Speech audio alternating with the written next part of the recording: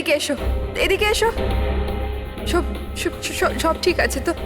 তোমায় এভাবে কেউ দেখেনি তো? কেউ সন্দেহ করেনি তো? হ্যাঁ সন্দেহ? বলো। কেমন সন্দেহ? কি অঞ্জলি, তুমি কাঁদছো কেন? আর তোমার চোখগুলো এরকম বসে গেছে কেন? তুমি তুমি এত কাঁদছো কেন? কি হয়েছে? তুমি আমায় জিজ্ঞাসা করছো কি হয়েছে? তুমি জানো না কি হয়েছে? আমি কি করে জানবো কি হয়েছে? আমি তো এইমাত্র বাড়ি এলাম। রঞ্জন, তুমি পাগল হয়ে গেছো নাকি আমায় পাগল বানাচ্ছো? এত বড় ঘটনা ঘটে গেল আমাদের সাথে আর তুমি এমন বিহেভ করছো যে যেন কিছু হয়ইনি। কি কি খেলা খেলছো তুমি? কি খেলা আরে আমি খেলছো কোনো তুমি? খেলা খেলছি না। কি তখন থেকে বলে চলেছো তুমি? রঞ্জন, কিছু ঘন্টা আগে তুমি তুমি খুন করেছো।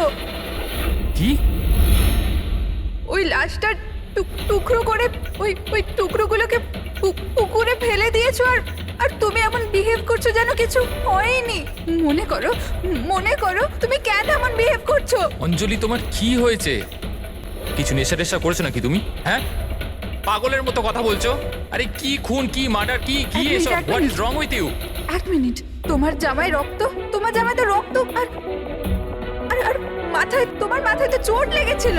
আর এইসব তুমি জামা কোথায় চেঞ্জ করলে? কোথায় গেল এই সব কিছু? কত রক্ত পাগল হয়ে লেগেছিল। গেছো তুমি?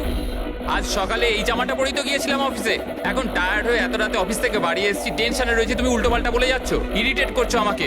আর এইসব কি গল্প তৈরি করছো খুন টুনের? হ্যাঁ, রঞ্জন, রঞ্জন ভালো করে মনে করো। হ্যাঁ, তুমি আমায় কল করেছিলে আর তুমি খুব ঘাবড়েছিলে।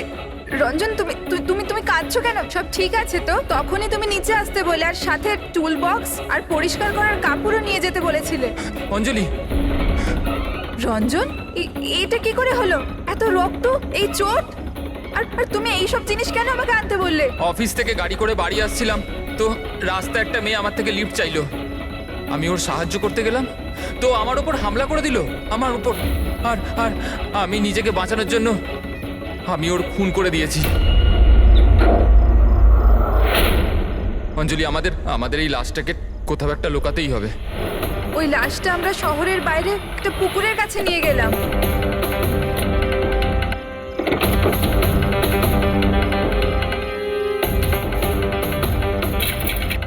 আর সেখানে তুমি বলার পর আমরা লাশটাকে টুকরো টুকরো করেছিলাম, সেগুলো প্লাস্টিক ব্যাগের মধ্যে ঢুকিয়ে আর আর ওই পুকুরে ফেলে দিলাম।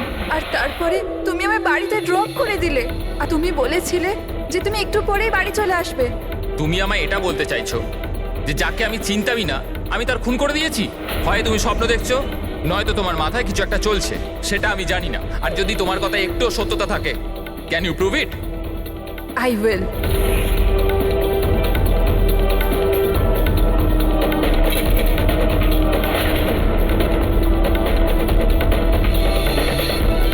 এই দেখো, আর এই দেখো। এবার বলো, প্রুফ চেয়েছিলে না তুমি? এই দেখো প্রুফ। এবার বলো, এই জামাগুলোতে রক্ত কোথা থেকে এলো? এমনটা নয় তো যে এগুলো তুমিই করেছো আর তুমি আমাকে ফাঁসানোর চেষ্টা করছো? আচ্ছা, এবার আমি বুঝতে পেরেছি। তোমরা সবাই মিলে আমার সাথে ইয়ার্কি মারছো না তো? ওখানে অফিসেও আমার কলিগেরা এক মাস ধরে উল্টো পাল্টা বলেই চলেছে যে আমি তোকে ওখানে দেখেছি, আমি তোকে এখানে দেখেছি। আর আমি বলে বলে হাঁপিয়ে যাচ্ছি যে আমি ওখানে ছিলামই না। কিন্তু এখন যেটা তুমি করছো না, এটা কিন্তু ভুল করছো। এইসব একটা ইন্টেলিজেন্স চক্রান্ত, যেটা তুমি প্ল্যান করেছো। তুমি খুন করেছো অঞ্জলি, আর তুমি এটাতে আমাকে ফাঁসাতে চাও। আমি যাচ্ছি পুলিশের কাছে। সিআইডি কে ডাকবো। ছাড়ো। কেন এমন করছো? রঞ্জন, রঞ্জন, তুমি খুন করেছো, তুমি সিআইডি কে কেন ডাকছো?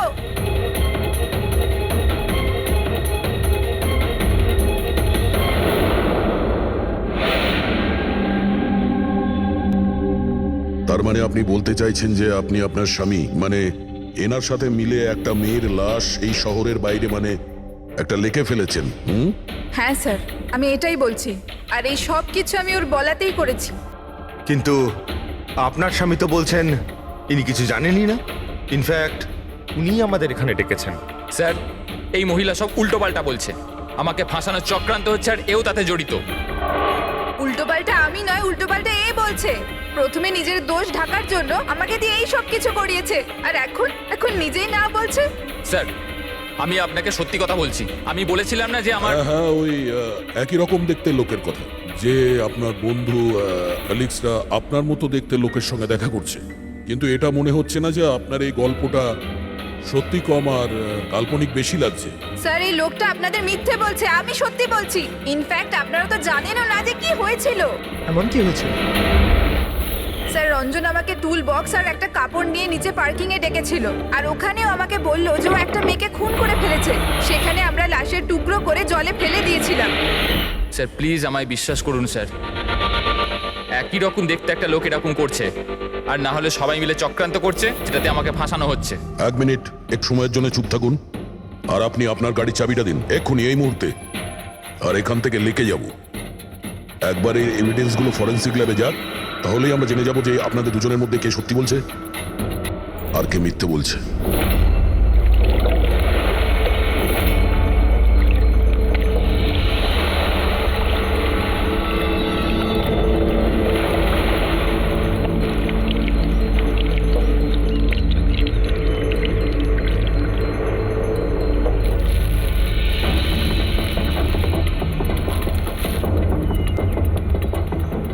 এই মেয়েটা কে?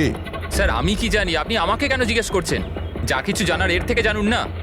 স্যার আমি এই মেয়েটাকে চিনি না, আমি জানি না একে। আমি একে মারিনি স্যার, আমি তো ওই সময় শুধু এই লোকটার হেল্প করছিলাম। আমি অনেক রাত অবধি অফিসে ছিলাম স্যার, আপনি চাইলে সিসিটিভি ফুটেজ দেখতে পারেন। চিনের নিচে দেখো, থুতির নিচে স্টিচেস আছে না, আর সেগুলো খুব বেশি পুরনো নয়, মনে হচ্ছে কিছুদিন আগেই ও আঘাত পেয়েছে। পুরবি কোনো না কোনো ক্লিনিক বা হসপিটালে স্টিচগুলো করা হয়েছিল, সেখান থেকে এই মেয়েটার ব্যাপারে জানা যেতে পারে। একটা কাজ করো ফেডরিক, পঙ্কজ, এই বডির টুকরোগুলো আছে না, এই সব কটা আমাদের ফরেন্সিক ল্যাবে পাঠিয়ে দাও, আর এদের দুজনকে আমাদের ব্যুরোতে নিয়ে চলো। স্যার এ বলছে যে কয়েকদিন ধরে ওরই মতো দেখতে কোনো লোক ওকে ফাঁসানোর চেষ্টা করছে। এর চেনাশোনা লোকরা ওই লোকটার সঙ্গে বিভিন্ন জায়গায় দেখা করছে, আর ওরা ভাবছে যে ও এই। হ্যাঁ স্যার, আমায় ফাঁসানো হচ্ছে স্যার, আর ওই চক্রান্তে এও রয়েছে স্যার। স্যার আপনিই বলুন, আমি যদি এসব করতাম তাহলে আমি আপনাদের ফোন কেন করতাম? স্যার এখন অবধি আমি আপনাদের যা বলেছি সবকিছু প্রমাণ হয়েছে তো। লাশ তো পাওয়া গেল লেকে, আর ওর গাড়ির ডিকিতে রক্ত পেলেন তো। স্যার আপনি নিজেই বলুন, যখন এতটা সত্যি আমি বলেছি তাহলে এখন মিথ্যে আমি কেন বলবো? আমাকে ফাঁসানোর জন্য স্যার, আমি বলছি স্যার এটা চক্রান্ত স্যার, আমাকে ফাঁসানোর জন্য। ব্যাস ব্যাস ব্যাস, কে কি কাজ করেছে আর করেনি সেটার খোঁজ আমরা করব। শুধু একটা কথা মনে রাখবেন, যে আমাদের সন্দেহ শুধু আপনাদের দুজনকে। বাট স্যার আমি কিচ্ছু করিনি, আমি নির্দোষ। আমি হতে পারে হয়তো আপনি খুন করেননি, কিন্তু লাশকে টুকরো টুকরো করে লেকে ফেলে দেওয়া এটাও কিন্তু বড় অপরাধ, বুঝেছেন আপনি? স্যার সিসিটিভি ফুটেজ পেয়ে গেছি।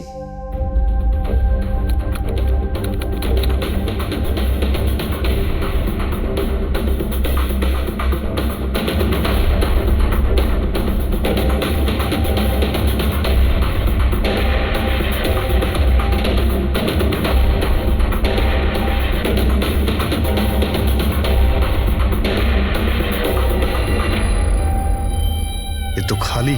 কিন্তু স্যার আমি সত্যি কথা বলছি, আমায় বিশ্বাস করুন, আমি ছিলাম অফিসে। আমি বুঝতে পারছি না কেন আমায় দেখা যাচ্ছে না স্যার। মিস্টার রঞ্জন, আইন বিশ্বাসের ওপর চলে না, প্রমাণ চাই।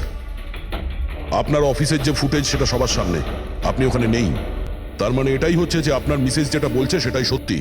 না না স্যার, আমি সত্যি কথা বলছি স্যার, আমি অফিসেই ছিলাম। আমি বুঝতে পারছি না যেটা কিভাবে হলো। হ্যাঁ, কিন্তু আপনার অফিস ফাঁকা দেখাচ্ছে কেন? স্যার রঞ্জন এই কোম্পানির সিইও, এই ফ্লোরে শুধু ওই থাকে, ও ছাড়া একজন পিয়নও আছে, সে সেদিনকে ছুটিতে ছিল। আচ্ছা, রঞ্জন বাবু ঠিক ওই দিনেই আপনার পিয়ন অ্যাবসেন্ট কেন? স্যার আমি সত্যি বলছি স্যার, আমি অফিসে ছিলাম। মিস্টার রঞ্জন, নিজেকে নিরপরাধী প্রমাণ করবার জন্য কোনো রকম প্রমাণ আপনার কাছে নেই, বুঝেছেন? আরে কুন্দন, ভালো হয়েছে তুই এসে গেছিস ভাই। এরা বলছে যে আমি কারো খুন করেছি। আরে আমি কাউকে কিভাবে মারতে পারি বল না, বোঝা না ভাই। এ করতে পারে না স্যার। স্যার এর জীবনে একটা মাছি পর্যন্ত মারেনি। হ্যাঁ এটা ঠিক যে ও মাঝে মাঝে খুব রেগে যায়, রাগকে কন্ট্রোল করতে পারে না। হ্যাঁ স্যার, অনেক দিন ধরে চিকিৎসা চলছে ওর, ওষুধপত্রও খান রঞ্জন দাদা, কিন্তু কখনো কখনো যদি ওষুধ খেতে ভুলে যায় তাহলে নিজেকে সামলাতে পারেন না। এই কথাটা তুমি আমাদের কেন বলনি? স্যার আমি ওই শুধু আপনাকে নয়, কাউকেই হয়তো বলেনি কথা। আমার ক্ষমতা চলতো তো তার এই বিয়েটা হতেই দিতাম না। আমি তো আমার মেয়ের কাছে হেরে বসে আছি। এই লোকটা তো একটা সাইকো সাইকো। এই রঞ্জন একজন মানসিক রোগী। এর পার্সোনালিটি ডিসঅর্ডার আছে। এর মাথা তো সেটাই মনে রাখে যেটা ও মনে রাখতে চায়। বাকি সমস্ত কথা তো এ ভুলে যায়। হতেই পারে স্যার যে খুনটা এই করেছে আর ভুলে গেছে। ব্যাপারটা হচ্ছে যে আমি আগে অসুস্থ ছিলাম, কিন্তু তারপর আমি ঠিক হয়ে গেছিলাম। আপনি এরম কেন বলছেন? কুন্দন কুন্দন তুই বল, আমি সত্যি বলছি কিনা। বৌদি আপনি বলুন না। আরে তুমিই বলো না। আপনারা আমায় এভাবে কেন দেখছেন? আরে আমি সাইকো নই, আমি অসুস্থ নই, কোনো মানসিক রোগ নেই আমার, একদম ঠিক আছি আমি। আরে বলো না বলো না। বাস, অনেক হয়েছে। এটা তোমার বাড়ি নয়, ব্যুরো। এই নাটক এখানে চলবে না। একটা কাজ করো, পাশের ঘরে গিয়ে এনাদের বসাও। যান। ওই দিকটা যান যান। সমস্ত প্রমাণ ওই রঞ্জনের বিরুদ্ধে, আর তাছাড়াও ওর আচরণটা ঠিক নেই। কিন্তু বুঝে উঠতে পারছি না, জানি না কেন আবার এই ব্যাপারটা এড়িয়েও যেতে পারছি না। ও বারবার আমাদেরকে বলছে যে অফিসের সিসিটিভি ফুটেজটা চেক করুন। আমি অফিসে ছিলাম। এতটা জোর দিয়ে কেউ বলতে পারে না। আরও একটা ব্যাপার স্যার, ফোন ওই করেছিল।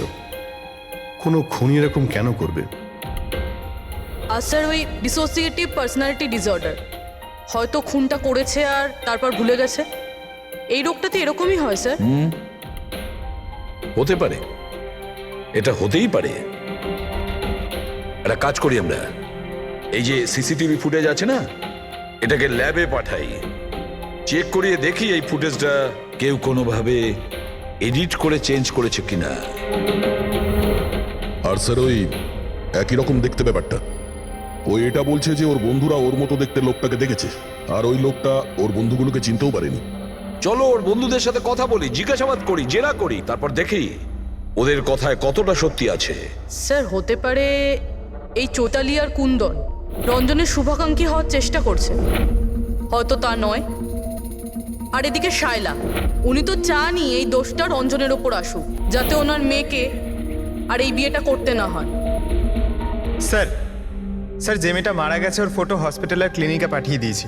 ওকে শনাক্ত করা হয়েছে। ওর নাম হলো অনামিকা। দুদিন আগেই ওখানে গেছিল ওর আঘাত দেখাতে। অনামিকা, অনামিকা, এই অনামিকার পুরো ফোন রেকর্ড চেক করো, খোঁজ নাও এ কোথায় থাকতো, কি করতো, এর সঙ্গে রঞ্জনের কি সম্পর্ক ছিল।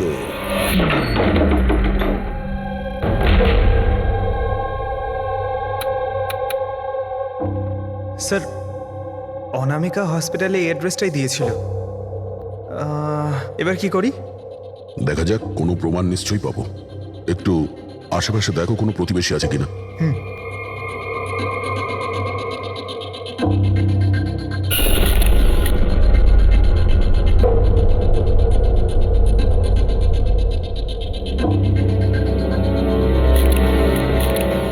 স্যার হ্যাঁ, এর নাম অঙ্কিত, অনামিকার প্রতিবেশী। হ্যালো স্যার, কি হয়েছে বলুন? অনামিকা ঠিক আছে তো? না, অনামিকার খুন হয়ে গেছে, আর আমরা সেই জন্যই এর তদন্ত করছি।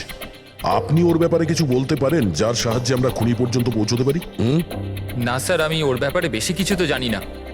হ্যাঁ, তবে এটুকু জানি যে ও অ্যাসিস্ট্যান্ট ডাইরেক্টর ছিল আর এখন একটা ইন্টারন্যাশনাল শর্ট ফিল্মে কাজ করছিল। ইন্টারন্যাশনাল শর্ট ফিল্মে? আচ্ছা, ওর কোনো বন্ধু কিংবা আত্মীয় যে এখানে ওর সঙ্গে থাকতো? ও তো এনারাই ছিল স্যার, এই কিছু মাস আগেই এখানে থাকতে এসেছিল। আমি তো ওর পরিবারের কাউকে দেখিনি।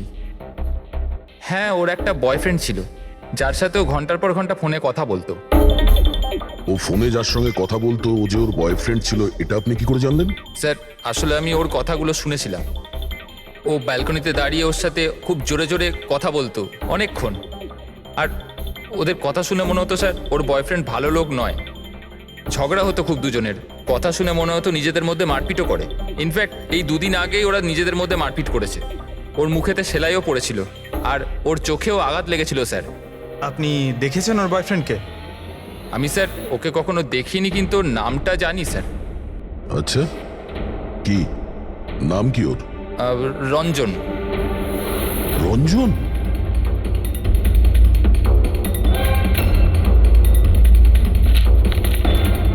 স্যার, হ্যাঁ, এই দেখুন, এই অনামিকার পাসপোর্টে এই বার্সেলোনার ভিসা লাগানো রয়েছে।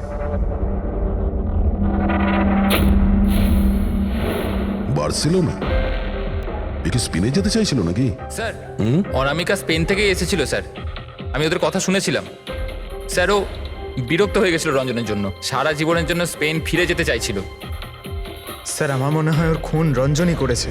ও চাইতো না যে ও স্পেনে চলে যাক।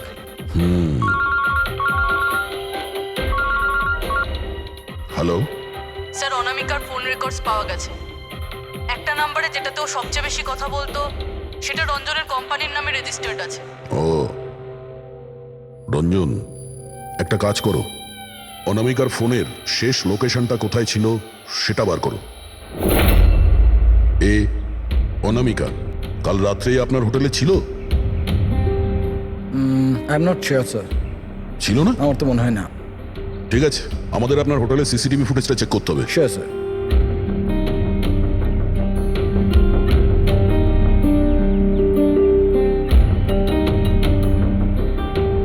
এই তো অনামিকা।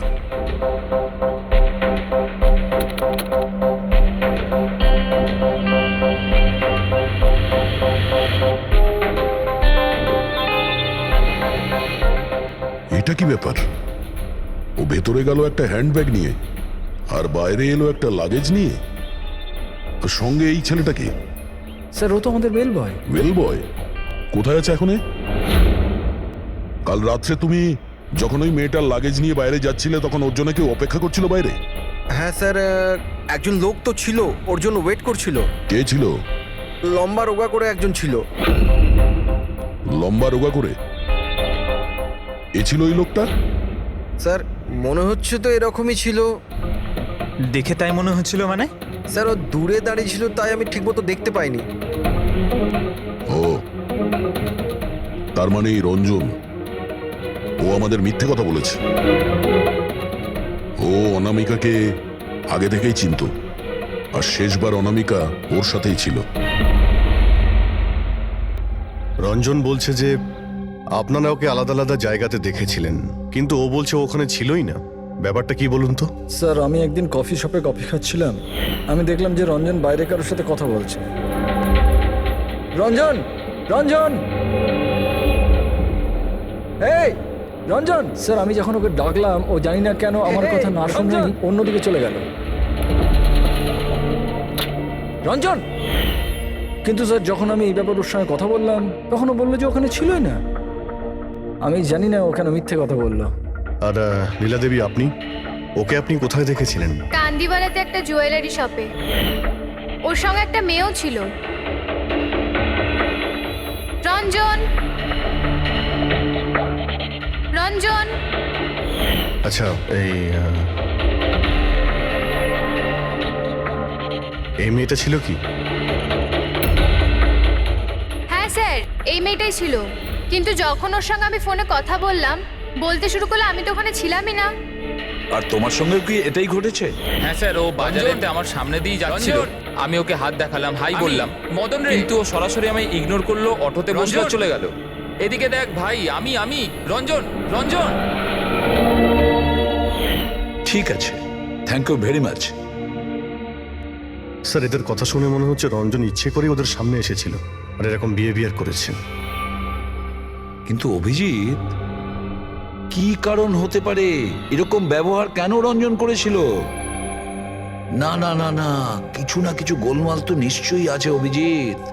যেখানে যেখানে এরা রঞ্জনকে দেখেছে না, দেখি ওখানে কোনো সিসিটিভি ফুটেজ পাওয়া যায় কিনা।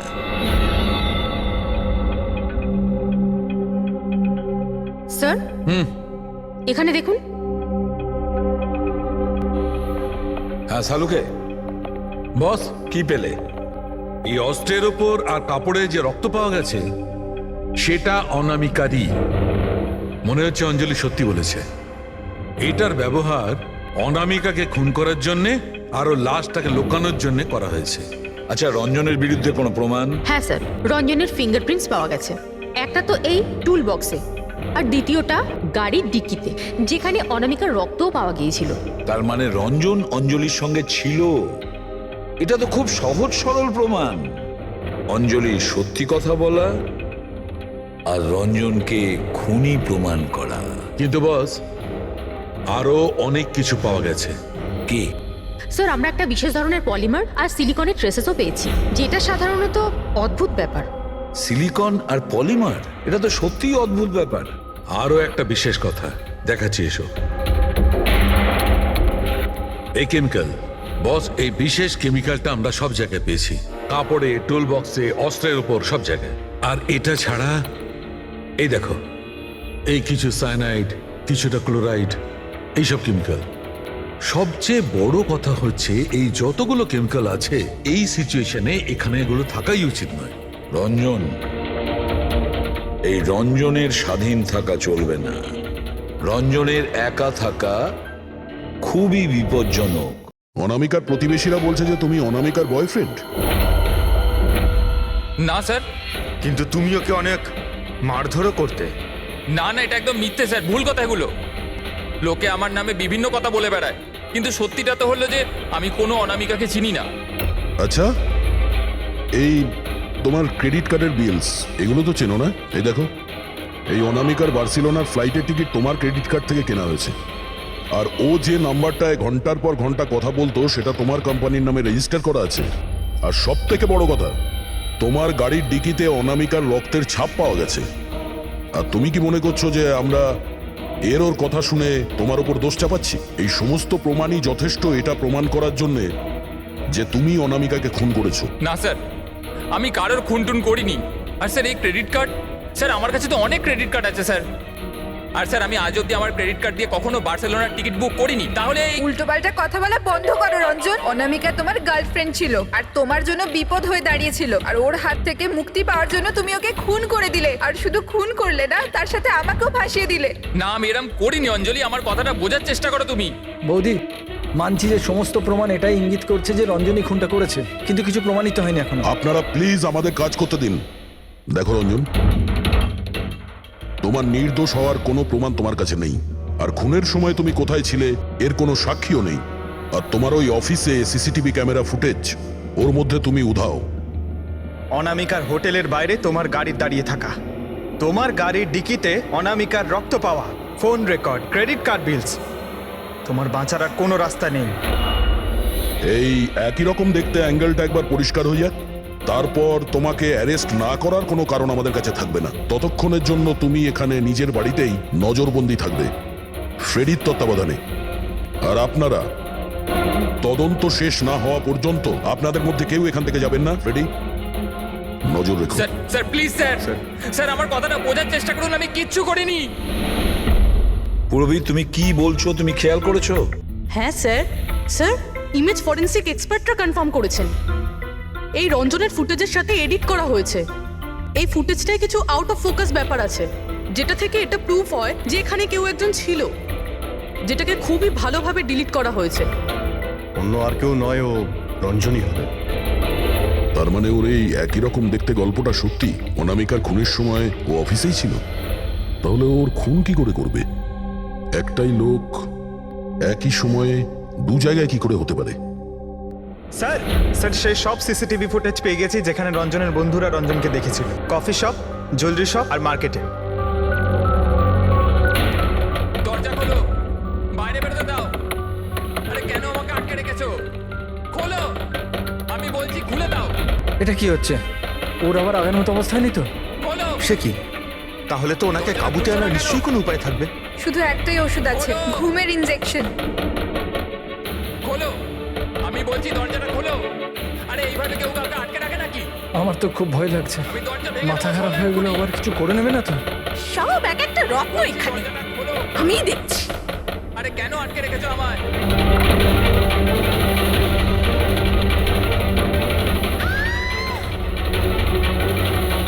এই রঞ্জন, এই রঞ্জন, রঞ্জন দাঁড়াও বলছি। মা, মা, আমি ডাক্তারের খবর দিচ্ছি। হ্যাঁ তুমি ঠিক আছো তো মা? ও মাই গড, কি করে লাগলো তোমার? স্যার এটা কফি শপের ফুটেজ।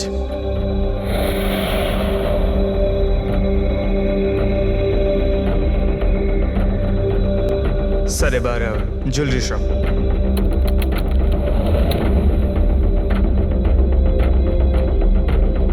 এর তো সঙ্গে অনামিকাও ছিল। এখনো পর্যন্ত সবকিছু তো নর্মালি লাগছে।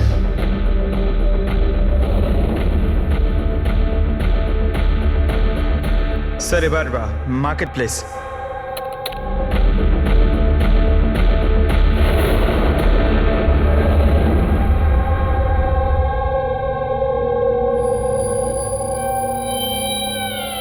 পঙ্কজ, একটু রিওয়াইন্ড করো। হ্যাঁ, আগে ওই রঞ্জনকে জুম করো।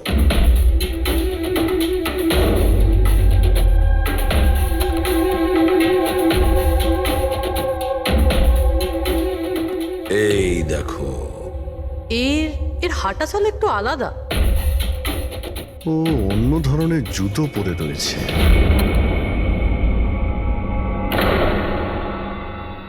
কিন্তু এটা কি? দয়া ওয়াকিং বুট পরেছে, ওয়াকিং বুট। যার পায়ের হাড়ে কোনো প্রবলেম থাকে না, সে ওই ওয়াকিং বুট পরে। কিন্তু রঞ্জনের পা তো একদমই ঠিকঠাক আছে। সেটাই তো, এটা তো হতেই পারে না। তাহলে ও কি? হ্যাঁ শালুকে বলো, কি এখনই? আচ্ছা ঠিক আছে, আমি আসছি। শালুকে ফরেন্সিক ল্যাবে ডেকেছে, এখনই যেতে হবে। চলো। হ্যাঁ ফেডরিক বলো, কি বললে তুমি? ঠিক আছে, হ্যাঁ ওখানেই থেকো। ফ্রেডরিক বলছিল রঞ্জন পালিয়ে গেছে শায়লার ওপর আঘাত করে। কিন্তু ফ্রেডি তো ছিল ওখানে। সেটাই তো। একটা কাজ করো দা, তুমি আর পঙ্কজ ওখানে চলে যাও, আমরা ফরেন্সিক ল্যাবে যাচ্ছি। আচ্ছা শালুকে, তুমি রঞ্জনকে গ্রেপ্তার করতে বারণ করেছিলে, ব্যাস ও তো ওদেরকে আঘাত করে পালিয়ে গেছে। আর তুমি এখানে এসব কি করছো? এখানে এখানে এরকম মিউজিয়াম সাজিয়েছো কেন? মিউজিয়াম নয় বস, তাহলে? এটা হচ্ছে সেই ধাঁধাটার জবাব যেটা আমরা সলভ করতে পারিনি। হ্যাঁ, রঞ্জন পালিয়ে যাওয়াতে আমার খুব আফসোস হয়েছে, কিন্তু আই এম শিওর তোমরা ওকে ঠিক ধরে ফেলবে। তোমাদের মনে আছে ওই যে কেমিক্যালটা আমরা ক্রাইম স্পটে পেয়েছিলাম? তো তার সঙ্গে ওর কি সম্পর্ক? সেটা আমি আপনাদেরকে বলছি। আপনি কে? এ হচ্ছে জগৎ। এক মিনিট, সবকিছু বুঝতে পারবে বস। বেহুল, হাই স্যার। এবার এর সঙ্গে আবার এই কেসের কি সম্পর্ক? আপনারা ওর সাথে একটু মন দিয়ে কথা বলুন, দেখুন সবকিছু জানতে পারবেন। এটা বলুন তো যে আপনি কে, আর এই কেসের সঙ্গে আপনার কি সম্পর্ক? এক মিনিট। এনার চোখগুলো দেখে তো কেমন যেন একটা মনে হচ্ছে। শুধু চোখই নয়, এনার তো পুরো মুখের মধ্যেই কিছু গোলমাল আছে অভিজিৎ, ফেসের ওপরে গোলমাল আছে।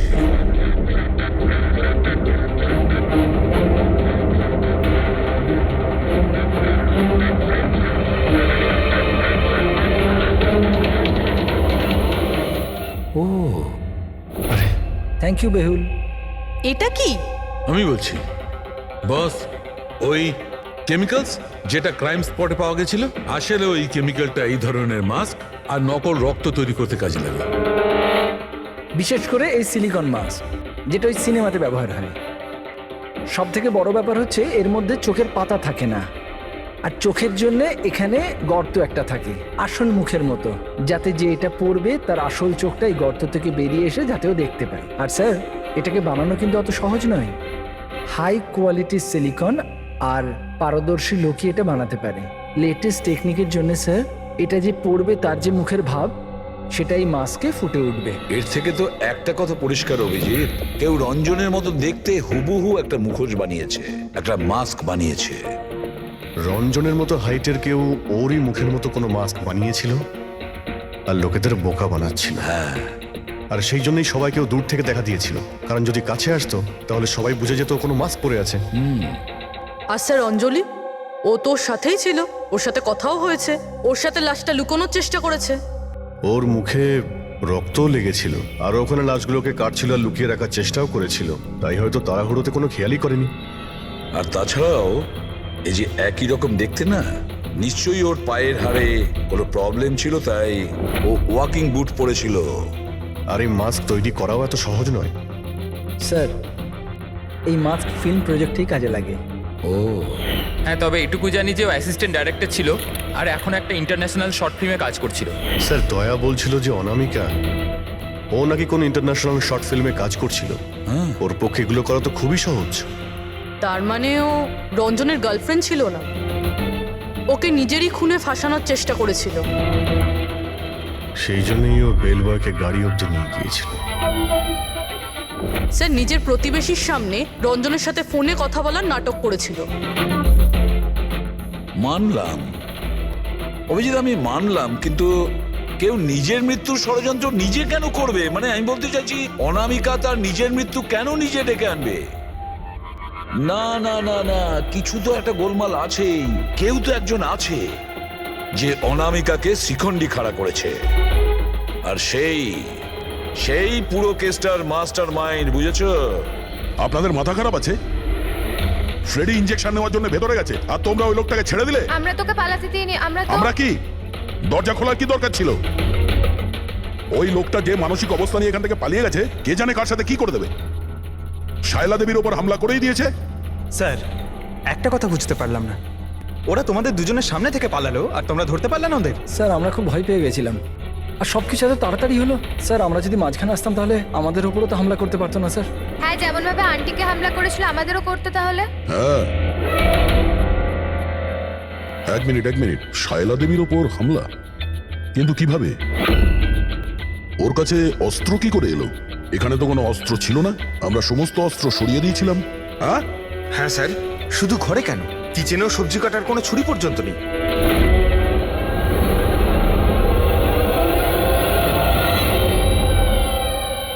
স্যার, এ হলো আমাদের প্রোডাকশন হাউসের মেকআপ আর্টিস্ট, আর স্যার এ মাস্ক বানাতেও এক্সপার্ট। তুমি অনামিকার জন্য মাস্ক বানিয়েছিলে, তাই না? বানিয়েছিলে কি না? হ্যাঁ স্যার, উনি আমাকে টাকা দিয়েছিলেন, আর এটা তো আমার কাজই স্যার। তাহলে এটাও বলে ফেলো যে কাজটা কার জন্য করেছিল, এই মাস্কটা কার পরার কথা ছিল। বলো তাড়াতাড়ি বলো, সময় নেই আমাদের।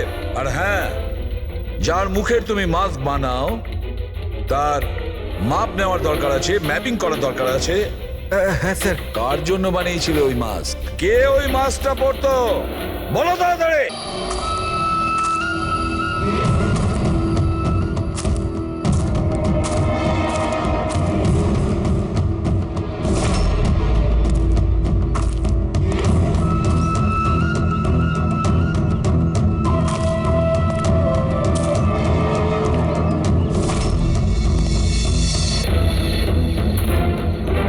কে তুমি? হ্যাঁ, কে তুমি? কি চাও? কেন আমাকে বেঁধে রেখেছো? আমার তো মনে হয়েছিল আমাকে দেখে তুমি খুব খুশি হবে, কারণ আমিই তো হচ্ছি সে যাকে তুমি খুঁজে চলেছ।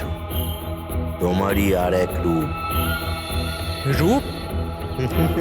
কিন্তু তোমার মুখ তো আমার সাথে মেলে না। কারণ এটাই, আমি তোমার মতন মুখের মাস্ক পরে নেই এখন, নাহলে তুমি আমাকে চিনতে পারতে না যে আসল তুমি না আমি। আর একটা কথা, আমি তোমার আওয়াজে কথাও বলতে পারি। কিন্তু তুমি এমন কেন করছো? যাতে অনামিকার খুনের জন্য তোমার জেল হয়ে যায়। কিন্তু আমার তোমার সাথে কি শত্রুতা? আমি তো তোমাকে চিনি অবধি না। ওসব জেনে তুমি কি করবে? এখন তো শুধু এটুকুনি জেনে রাখো যে আমার এত পরিশ্রমে সিআইডির লোকেরা জল ঢেলে দিয়েছে, আর আমার কাছে শুধুমাত্র এখন একটাই রাস্তা বাকি আছে, যে তোমাকে আমি মেরে ফেলবো। না! সিআইডি, তোমরা এখানে কি করে? তোমাকে ফলো করতে করতে এখানে পৌঁছেছি। ওই মেকআপ ম্যান সবকিছু বলে দিয়েছে তোমার ব্যাপারে। খুব ভুল করেছো তোমরা এখানে এসে। রঞ্জনকে তো আমি কিছুতেই ছাড়তে পারবো না, কারণ আমি ওকে মারবার জন্য কন্ট্যাক্ট নিয়েছি। কিন্তু এখন তোমরা ওর সঙ্গে মরবে।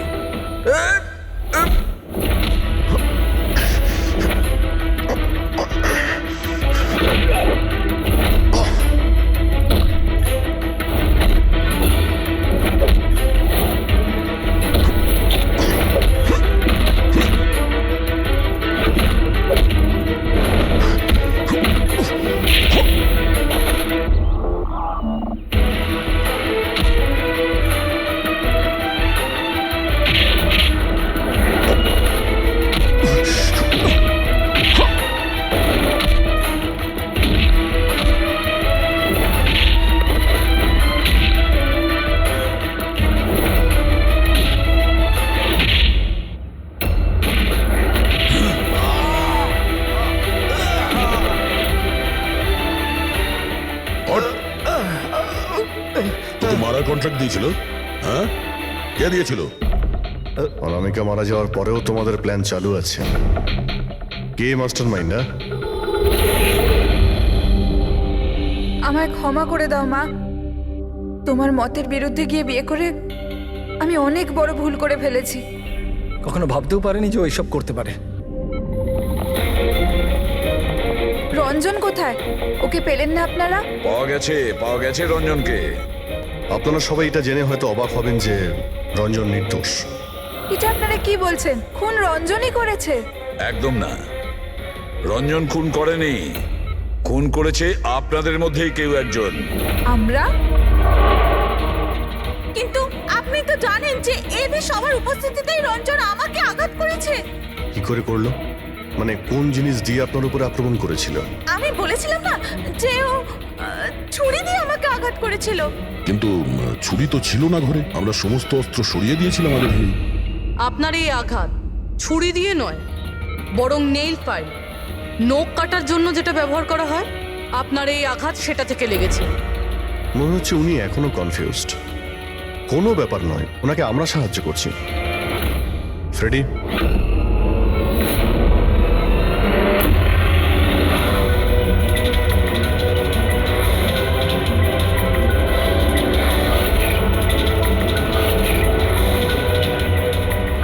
শাইলা ম্যাডাম, আমরা জানতে পেরে গেছিলাম অনামিকার প্রতিবেশী অঙ্কিত এসবের সঙ্গে যুক্ত। তো এই জন্য আপনি আমায় বাড়ি থেকে তাড়িয়ে দিয়েছিলেন, যাতে আমার কিডন্যাপ করে আপনি আমাকে খুন করতে পারেন। মা, তুমি এই খবরদার, খবরদার যদি আমাকে মা বলে ডেকেছিস তো। মা শব্দের অর্থ কি হয় তোমরা দুজন জানো? স্যার, এ আমার অনিচ্ছা সত্ত্বেও রঞ্জনের সাথে বিয়ে করলো আর আমার সাথে সব সম্পর্ক চিরদিনের মতন ত্যাগ করলো। আর আজ এরা আমার সম্পত্তির অধিকার চাইতে শুরু করেছে। এই সব এই রঞ্জনের কাজ। এই উস্কেছে আমার মেয়েকে, আমার একমাত্র সন্তান, নিজের স্বামীর সঙ্গে মিলে ধীরে ধীরে আমাকে বিষ দিয়ে মারতে শুরু করলো।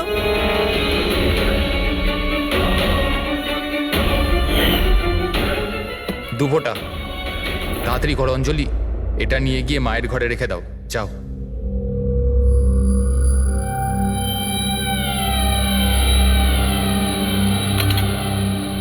কিন্তু আপনি অনামিকার খুন করলেন কেন? ওর কোনো দোষ ছিল না, কিন্তু আমার কাউকে তো একটা দরকার ছিল এই সব কিছু করার জন্য। কিন্তু আমি এদের দুজনকে শাস্তি দিতে চেয়েছিলাম যে রঞ্জনের ফাঁসি হয়ে যাক আর অঞ্জলির সারা জীবনের মতো জেল। শায়লা দেবী, এদের প্রতি আপনার ঘৃণা আপনাকেও এদেরই মতন অপরাধী বানিয়েছে। এদের দুজনের তো শাস্তি হবেই, আপনার প্রাণ নেওয়ার চেষ্টা করেছে বলে। কিন্তু আপনারও কঠোর থেকে কঠোরতম শাস্তি হবে অনামিকাকে খুন করার অপরাধে।